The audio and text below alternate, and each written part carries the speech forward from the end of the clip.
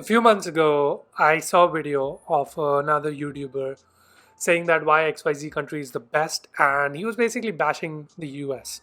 Um, I got to thinking, like, why, maybe that there's reasons why that person's bashing the US, but I wanted to kind of make a video on telling you why I love the US so much, why I love US's education so much, and share my thoughts on it, give you my 2 cents on it. Just to give you some context, I did graduate from Purdue University. That's my degree from Purdue. I did graduate from a Asian university as well. I did my schooling in India, and I also went to Europe for an exchange semester.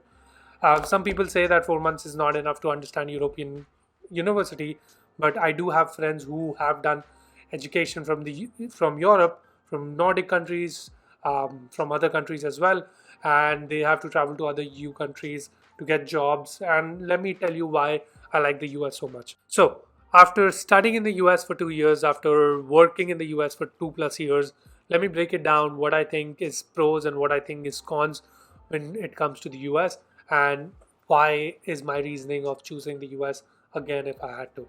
So, the first biggest thing is language. There's no language barrier, and this goes same for Canada or Australia as well, that if you know English, you can communicate so much better.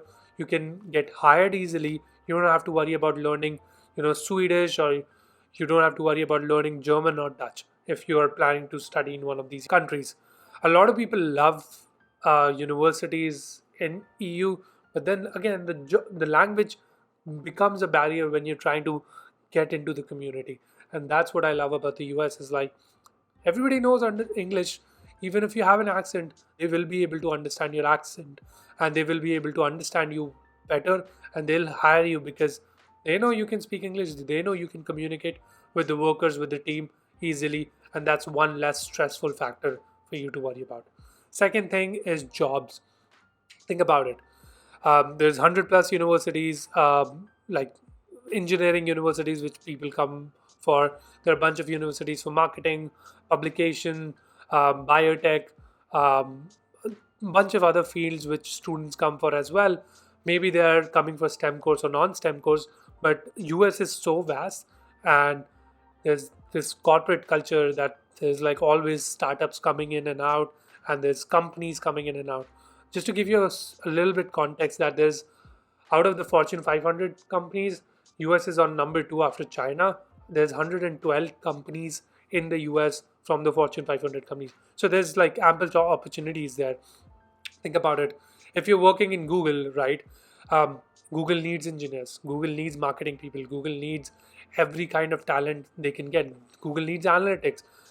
Google, Facebook, these companies also hire construction people because they have to build their offices, they have to build their facilities, and they have to build their what do you call, like, data centers.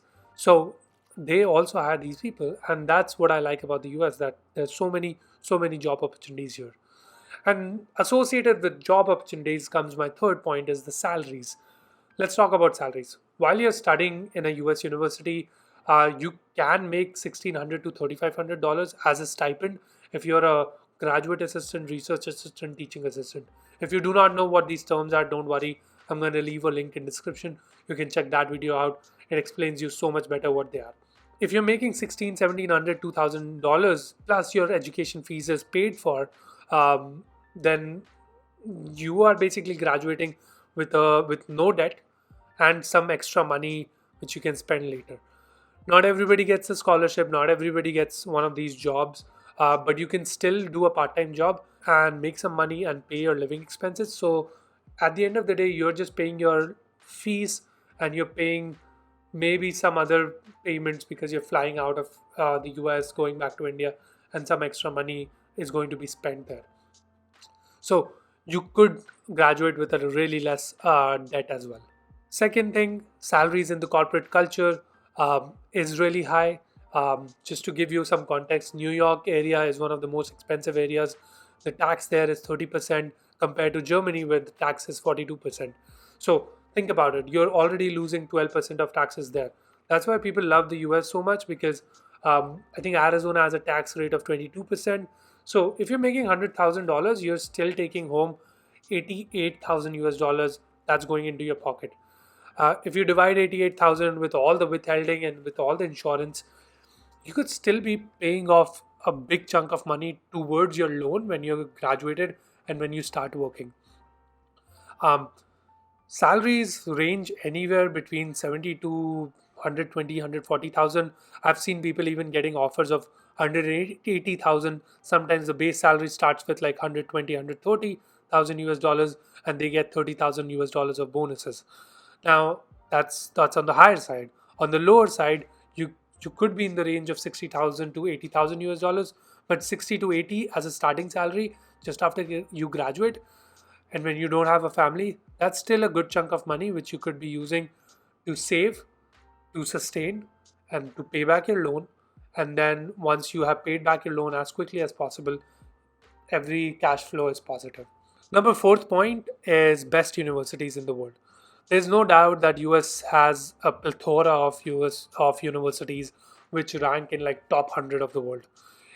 If you see, as I mentioned before, 8 Ivy Leagues, Stanford, and there's a bunch of other universities which do not which are not considered as Ivy League, but the professors there, the students there are doing groundbreaking and creating groundbreaking impacts all over the world.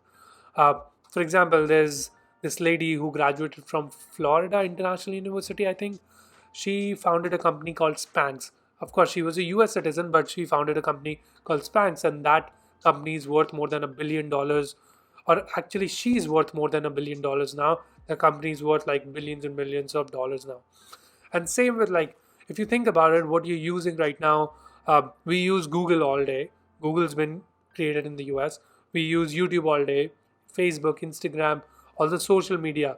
A lot of products like which I know use Notion is created in the US. A lot of softwares which we use, I'm not sure if Autodesk is in the US or not. I'll check and put on the website. But same with other companies, non-tech companies as well, like manufacturing companies like Tesla, breaking grounds right now.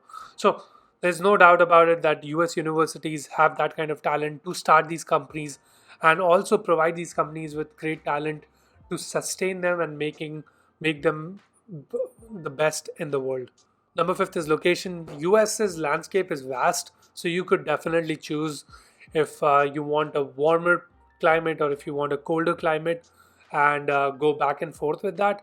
Um, in terms of traveling as well, you could go to a national park, or you could go to a beach in Florida, or you could go to West Coast or East Coast and see cities like New York, or be in like California, or go to Seattle, or go to the Midwest and see vast open lands, or go to Texas, Austin. One of the great cities. I've never been to Austin, but I've heard like the tacos are great, the music's great, and it's a booming city right now because a lot of tech companies are moving from California to Texas.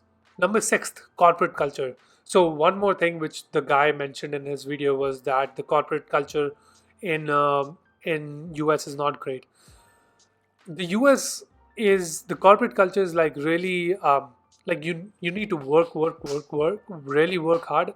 I've seen the spectrum. There are some people who work crazy hard. They're up at 4 a.m. They're going back home at like 5 p.m. after, or 6 p.m. after work. Sometimes they're working 11 to 9 p.m. Um, and I've seen people who take it easy. They do their 9 to 5 job and they're happy with where they are. So it's not like it's not a toxic work culture. If you have to do the work, and if you're done with your work, then that is it. Of course, EU is more relaxed with vacation times. EU is more relaxed with like paternity and maternity leave if you have kids. But US is more strict and stringent about it. But companies are getting better at it as we are going into like 4 day work week, or as we are adapting like work from home and all of those factors. But yeah, if the market goes down, for example, in COVID, a lot of people got laid off.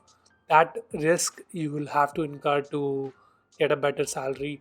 That just comes along with it. Now, talking about the cons of studying in the US, there are a few. First of all, the biggest one is the visa system. So if you are doing a STEM course, which is science, technology, engineering, and math, then you get a 3 years of extension. Within these 3 years, you can apply for your H1B and get your 6 years of extension. It's great. Working for 3 years is more than enough for you to pay back your loan, and then after that you can basically create some cash flow, go back to your home country. Second option is if it's a non-STEM course, then you get like 1 year, and within a year you have to apply for your H1B. Now, even if you apply for your H1B, H1B kind of bounds you to one job, and that's the biggest problem. On H1B visa, you can't be doing any other jobs except for your job which your H1B has been approved for. That creates a problem because sometimes you don't get your green card for years and years, especially if you're from China or India. Then green card line is like long, and that's where countries like EU or Canada or Australia wins, because the PR system is not easy, but it's much easier as compared to the US to get a citizenship there if you're aiming for that, and that allows you to work on different jobs at once. Second thing is far from home. Of course, US is like my home is India, so it's across the world. Sometimes it takes 16 hours to get to your destination. Sometimes it can take 30 hours, and it's expensive. It's like $1,000 tickets. Right now, it's even more. So your trips are limited to once a year. I haven't been to my home in since March last year now. It's not been as long of a time as I've seen some people not going home for 2, 3, 4 years. But yeah, that distance kind of hurts you. If you're in EU, that distance gets reduced to like 8 hours of flight, 10 hours of flight. That's still doable. But as soon as it goes over like 12, 15 hours, then you can't do really like more than one trip in a year. Third thing is people say that there's a lot of racism in the US. I haven't really felt that racism. Yeah, there are some old people who can be sometimes racist. They're not even, they don't even realize that they are being racist at that moment. So I tend to ignore it. But other than that, like, I honestly don't have any any more cons for the US. Of course, if you don't end up with a job after your US education, that's that could happen with you in any other country as well. But US is more strict on their visa system, as I mentioned. But that's my 2 cents. I wouldn't really say a 23 or 20 minutes video 2 cents, but that's what I wanted to say, and that's what I wanted to share with you. Uh, that's what I think about the US and why I would choose US any day again if I had to. Thank you so much, guys, for watching this one. I hope this was useful. Maybe it bolstered your decision. Maybe it put you in doubt if you're planning to go for EU or Canada. Canada is great as well. Australia is great as well. But it was a really comparison between what I think and why I think US is such a attractive choice for so many students. Think about it: 100,000 students come to the US every year, and they have been coming here since like forever. So thank you so much, guys, for watching. I hope this you found it useful. If you haven't subscribed to the channel, make sure you subscribe. And until then, I'll see you in the next one. Take care, everyone.